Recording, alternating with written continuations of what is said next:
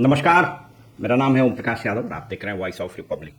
बिहार में जो नई सरकार का गठन हुआ, इसके समक्ष चुनौतियां और उसके संभावित या प्रस्तावित समाधान के सुझाव की जो श्रृंखला मैंने शुरू की थी, उसकी दो कड़ी आपने सुनी।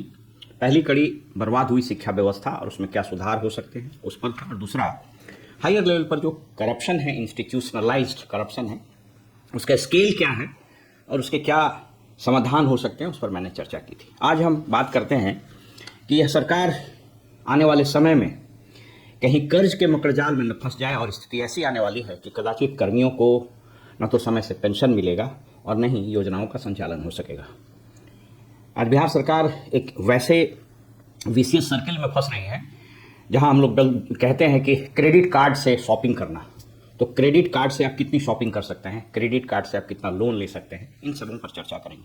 मेरे हाथ में 2025-26 के बजट का सार की कॉपी है और मेरे हाथ में ये बिहार सरकार ने कितने ऋण लिए हैं, कितना लोन है, उस पर कर्जा है, उसकी कॉपी है। इसके अलावा मैं कुछ सुझाव भी दूंगा कि कुछ स्टेप्स हैं जिसको अगर बिहार सरकार लेती है तो इस संभावित खतरे को टाला जा सकता है, या फिर अगर उस पर समग्रता से विचार हो तो इस संभावित जो सुनामी, फाइनेंशियल सुनामी आ रही है, इससे बचा जा सकता है। पहले हम आपको इस राज्य की आर्थिक स्थिति को एक्सप्लेन कर देते हैं। 2025-26 का बजट सप्लीमेंट्री को यदि छोड़ दें तो आप सब लोगों को पता है कि 3,17,000 करोड़ का है। 3,17,000 करोड़ का। इस 3,17,000 करोड़ में स्थापना और प्रतिबद्ध व्यय, इसको पहले आप समझ लीजिए जो आम नागरिक समझना चाहें। स्थापना और प्रतिबद्ध व्यय का मतलब होता है कि वैसा खर्चा जो आपको करना ही पड़ेगा। इसको आम भाषा में ऐसे समझें कि मान लीजिए कि आप घर के मुखिया हैं तो आपके घर में कुछ ऐसे खर्चे होंगे जिसको आप टाल नहीं सकते हैं। जैसे अगर आप किराए में रह रहे हैं तो उसका किराया, बिजली का बिल, अगर आपके माता पिता वृद्ध हैं तो उनकी दवाई का खर्चा, या अगर कोई बीमार है तो उसका खर्चा, अगर आप मोबाइल यूज़ करते हैं तो उसके बिल, बच्चों की पढ़ाई के फीस, बच्चों के किताबों के, राशन, इन चीज़ों के खर्चे, ये इसको बोलते हैं स्थापना एवं प्रतिबद्ध व्यय। तो बिहार सरकार का ये स्थापना और प्रतिबद्ध व्यय प्लस अगर आप अपने घर में रह रहे हैं तो उसका छोटा मोटा मेंटेनेंस वो करना ही करना होगा, अन्यथा फिर आपको परेशानी होगी। स्थापना और प्रतिबद्ध व्यय में बिहार सरकार का 2,135 करोड़ खर्च होता है। यानी 3,17,000 करोड़ में 2,135 करोड़ ये स्थापना और प्रतिबद्ध व्यय है, यानी ये खर्च होगा ही होगा। दोनों को घटा दीजिए तो लगभग 1,16,000 1,17,000 करोड़ बचता है। यह राशि स्कीम में खर्च होती है, डेवलपमेंट में खर्च होती है। यानी इसका रेशियो निकाल लीजिए तो इसका रेशियो आपको बड़े खतरनाक स्टेज में, हमने 3 लाख में 2 लाख ऐसा खर्च है जो होना ही होना है और 1 लाख करोड़ जो है आप खर्च कर रहे हैं। अभी जो स्थिति है वो मोटे तौर पर, मैं बहुत डिटेल में नहीं जाता हूँ, इसके फाइनेंशियल जो इम्प्लीकेशंस होते हैं आम जनता को कई बार वो समझ में नहीं आता है। इस स्थापना और प्रतिबद्ध व्यय में 1,77,000 करोड़ राजस्व खाते पर व्यय है। राजस्व खाते का व्यय मतलब होता है कि उसमें आप ये समझिए कि बहुत सारा खर्च है, उसमें सैलरी है, पेंशन है, कुछ ऐसी रिपेयरिंग्स है जिसको होना ही होना है। मैं उस डिटेल में नहीं जाता हूँ, पूंजीगत व्यय और राजस्व खाते पर व्यय वगैरह होता है, लेकिन आप आम आदमी ये समझे कि ये 2,135 करोड़, 2,135 हजार करोड़ जो है वह ऐसा खर्च है जिसको आपको करना ही पड़ेगा। अब बिहार सरकार ने या नीतीश कुमार ने या एनडीए की सरकार ने चुनाव के ठीक पहले जो घोषणाएं की और जितनी राशि दी गई, जिसमें मुख्यमंत्री महिला रोजगार योजना प्रमुख है, लोगों को 10-10 हज़ार रुपये दिए गए हैं, तो लगभग 15-16 हज़ार करोड़ तो ये चला गया। इसके अलावा उन लोगों को 1,90,000 रुपया देना है सबको वादे के अनुसार। चूंकि बिहार मुख्यमंत्री महिला रोजगार योजना के अंतर्गत प्रत्येक चयनित जीविका दीदी को 2 लाख रुपया देना है, तो अभी आपने 10,000 रुपया दिया है तो 1,90,000 रुपया आपको देना है। उसको अगर आप कैलकुलेट कीजिएगा तो अगर 1 साल में वो सरकार देगी तो ये लगभग 2,70,000 करोड़ के आसपास वो हो सकता है। इसके अलावा जो पेंशन बढ़ाया गया, इलेक्टेड रिप्रेजेंटेटिव्स के मानदेय बढ़ाए गए, आशा और विकास मित्र, टोला सेवक वगैरह वगैरह जितने तरह के ये सारी चीज़ें, उसमें लगभग 40 से 45 हज़ार करोड़ रुपया चुनाव के पहले बांटे गए। ये वैसे खर्चे हैं जो सरकार पर पड़ेगा। उसमें कुछ ऐसे खर्चे हैं जो स्थापना प्रतिबद्ध व्यय यानी उसको करने ही होंगे, जैसे पेंशन है, आपने पेंशन 1500 किया है तो करना ही पड़ेगा, 1100 किया है संभवतः। इसके अलावा और जो चीज किया है वो स्थापना प्रतिबद्ध व्यय में आएगा। मेरी ये समझ कह रही है कि 2026-27 का बजट जो फरवरी 2026 में पेश होगा, इसमें बहुत मेहनत करेगी सरकार, तो बजट का आंकड़ा ये 3,75,000 करोड़ हो सकता है, इससे ज्यादा नहीं हो पाएगा। ये हम बहुत इन्फ्लेटेड फिगर बोल रहे हैं। अगर इसका कंजर्वेटिव फिगर पकड़िएगा तो 3.5 लाख करोड़ से ज्यादा नहीं जा पाएगा। मैं मान के चलता हूं कि सरकार बहुत उत्साहित है, भारत सरकार भी कुछ मदद करेगी, तो उसमें 3,75,000 करोड़ बजट। अब एक और चीज बताते चलें कि जो ऋण का जो ये कितना कर्जा लिया है, तो इसमें तो 2024 तक का ही दिया हुआ है, लेकिन अपडेट फिगर जो अभी बता रहा है वो लगभग 4 लाख करोड़ के आसपास का कर्जा है। तो आप ये समझ लीजिए कि 3,17,000 या 3.25 लाख करोड़ का बजट है और लगभग 4 लाख करोड़ के आसपास का, एग्जैक्ट फिगर वो निकल नहीं पाया क्योंकि थोड़ा पीछे से आता है, देर से आता है, तो 4 लाख करोड़ का लगभग 46,000 से 50,000 करोड़ रुपया प्रतिवर्ष इस सरकार को जो कर्ज लिया है उसका सूद और उसके मूलधन चुकाने में लग जाता है। तो 3,75,000 करोड़ का अगर बजट वित्तीय वर्ष 26-27 यानी अगले साल अगर पेश हुआ, तो उसमें मेरी जो समझ कह रही है कि ये जो स्थापना प्रतिबद्ध व्यय है ये 2 लाख करोड़ है, ये लगभग बढ़ करके संभवतः 2,30,000 से 2,35,000 करोड़ के आसपास हो जाएगा। तो 2,35,000 करोड़ न मान करके हम 2.25 लाख करोड़ ही मानते हैं, तो 2.25 लाख करोड़ तो उसमें से निकाल दीजिए, तो बच गया 1,50,000 करोड़। अब ये 1,50,000 करोड़ में ये जो मुख्यमंत्री महिला रोजगार योजना है, अगर हम इसको स्कीम के खर्च माने, इसको आम लोगों को मैं बता दूं कि जो सरकार की बजट होती है उसका 2 हिस्सा होता है। पहला हिस्सा होता है स्थापना और प्रतिबद्ध व्यय, जिसको खर्चा करना ही करना है, और उससे जो राशि बचती है उसको स्कीम यानी डेवलपमेंट में खर्च किया जाता है, उसको स्कीम मद का व्यय बोला जाता है। इसको और आपको एकदम लेमैन भाषा में समझाते हैं। जैसे फर्ज कीजिए कि कोई रामकुमार घर के मुखिया हैं और उनकी मासिक आमदनी मान लीजिए कि 60,000 रुपये है, तो 60,000 रुपये में 50,000 रुपया ऐसा है जो स्थापना और प्रतिबद्ध व्यय है, यानी खर्च करना ही होगा, जिसमें घर का किराया, दवा, आपको दूध, मकान का किराया हो सकता है, वगैरह वगैरह। तो जो रिमेनिंग 10,000 रुपया बचा, उस 10,000 रुपया से ही वो कुछ विकास का काम कर सकता है, या कुछ मान लीजिए रोजगार कर सकता है, या और जो करना चाहे वो करे।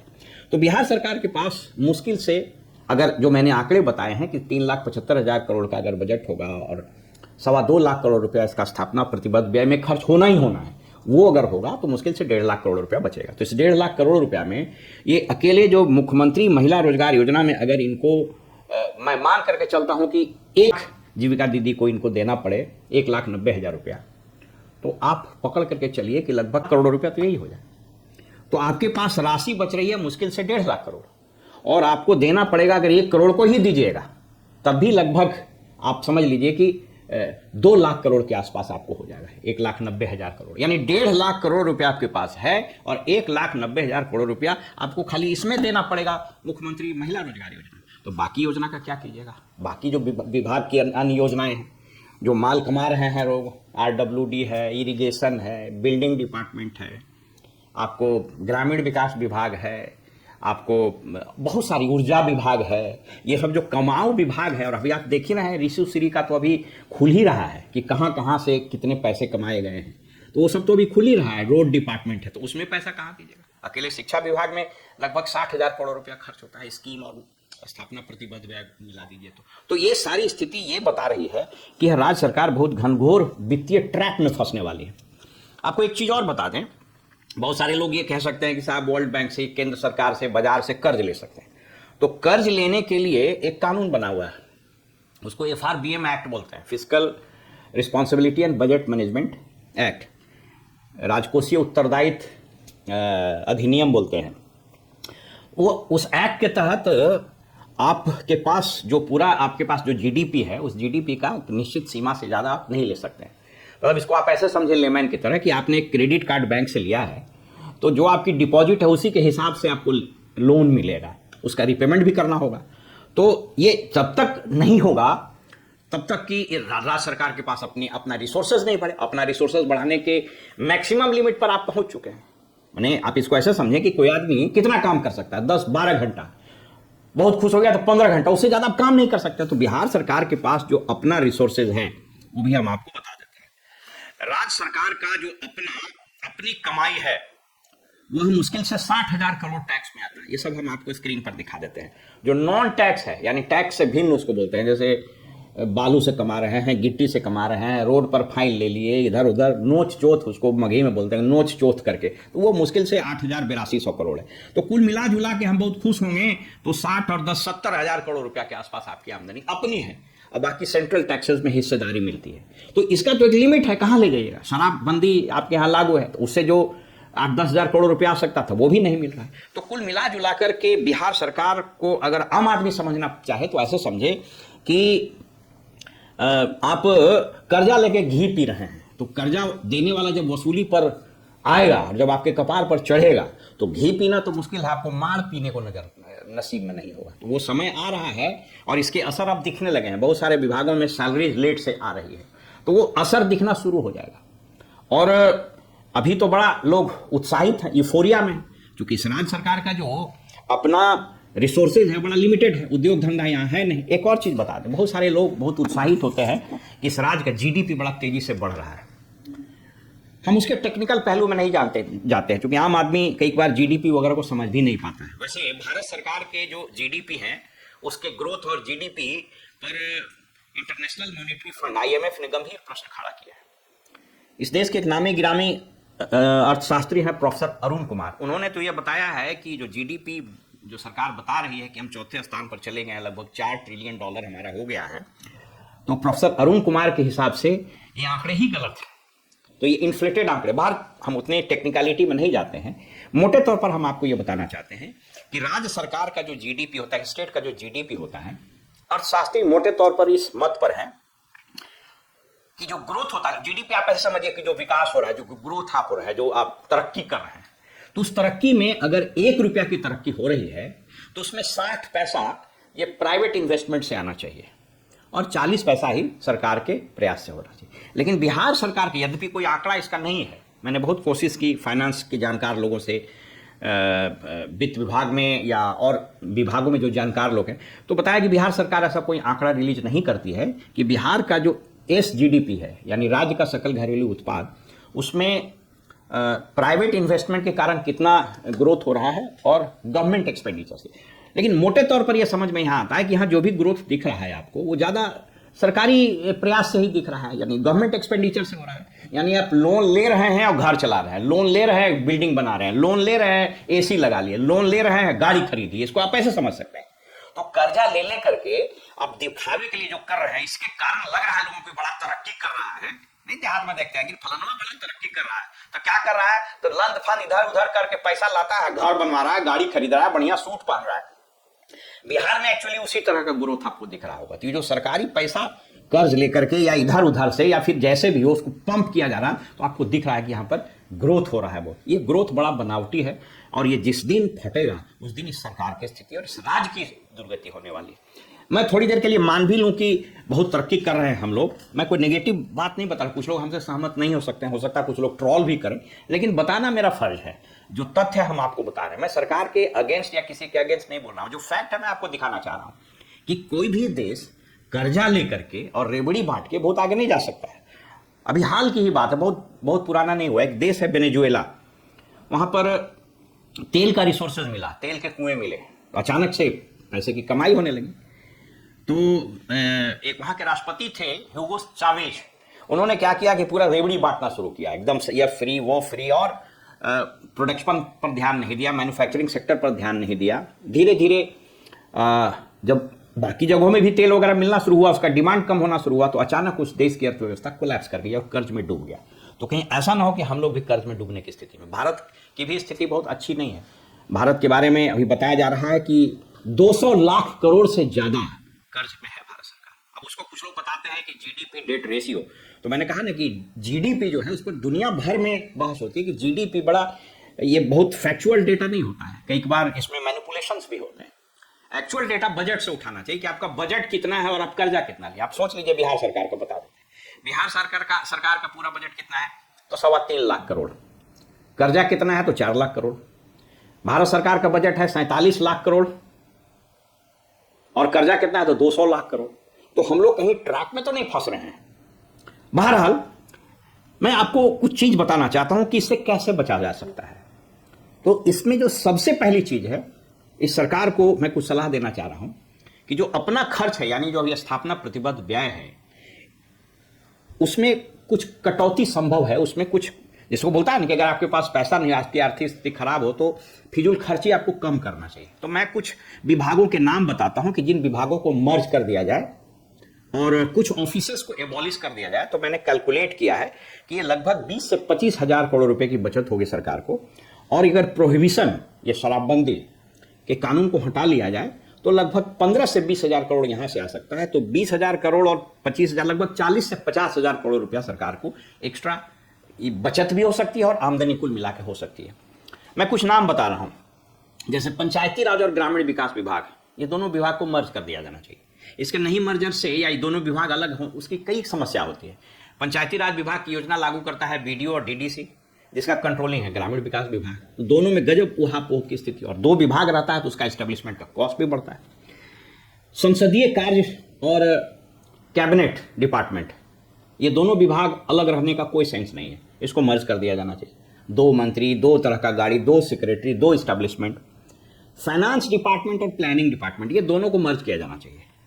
फाइनेंस में भी काम किया हूं, मैं आपको बताता हूं, बहुत लोगों को लगता होगा कि वित्त मंत्री ने आज ये घोषणा की। वित्त मंत्री तो यहां खजांची है, वित्त मंत्री को तो कोई पावर ही नहीं है, क्योंकि प्लानिंग का आकार तो प्लानिंग डिपार्टमेंट तय कर देता है।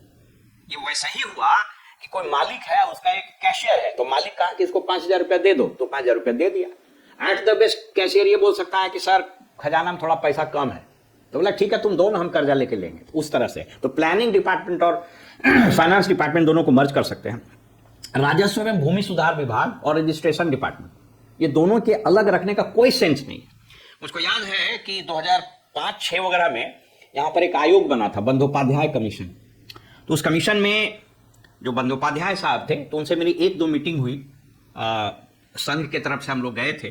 तो उन्होंने हमको उसमें विशेष आमंत्रित सदस्य के रूप में हर एक मीटिंग में बुलाने का अपना एक शुरू किया। तो हमको फोन करके बुलाते थे। तो उसमें हमने उस वक्त सलाह दिया था कि साहब ये राजस्व एवं भूमि सुधार विभाग और रजिस्ट्रेशन डिपार्टमेंट को एक रखिए।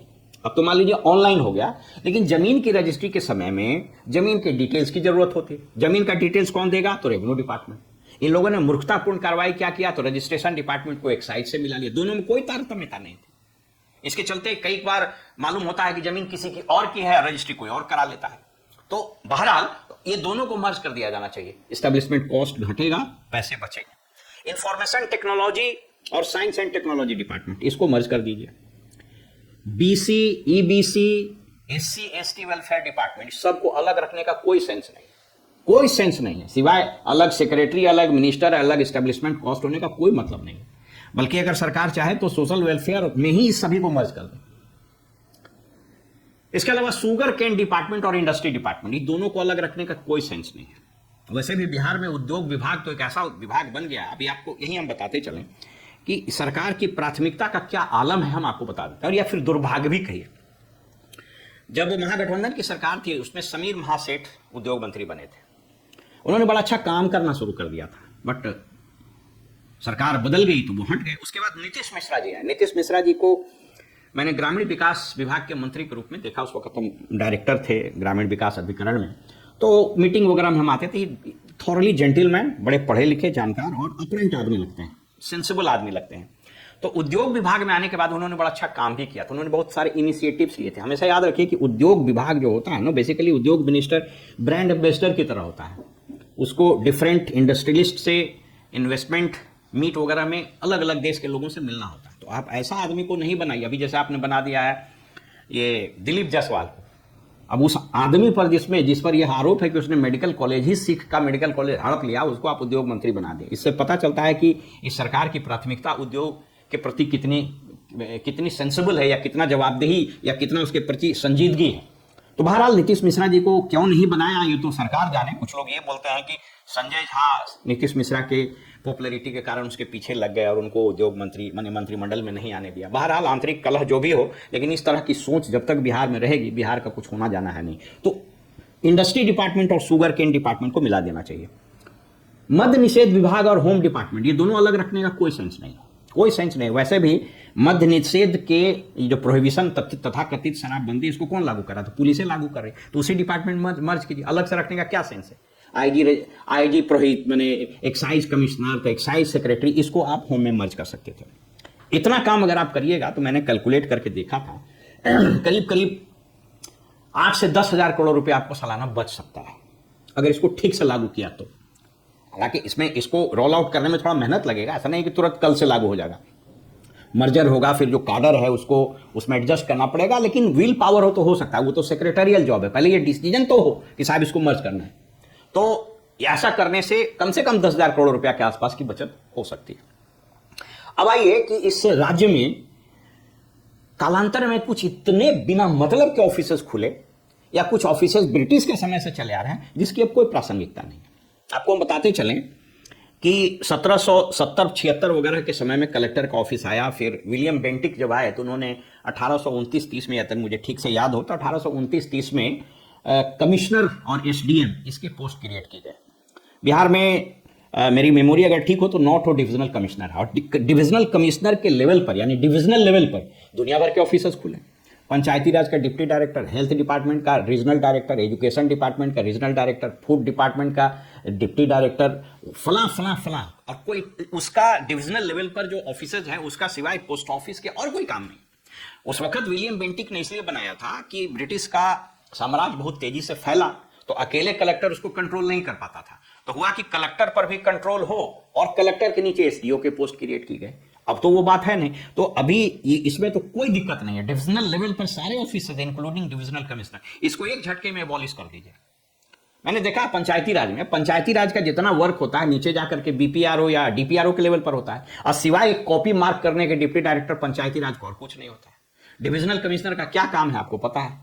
सिवाय 3-4 को गाड़ी लेके और सायरन बजा करके हवा पानी देने के अलावा कुछ होता नहीं। कुछ डिविजनल कमिश्नर को तो मैं जानता हूं जिसका एक सूत्री कार्यक्रम है, वो अनुमंडल स्तर पर एसडीओ का, डीसीएलआर का, ब्लॉक का इंस्पेक्शन करता है, उससे पैसे की वसूली करता। बता रहे हैं आपको, पता कर लीजिए।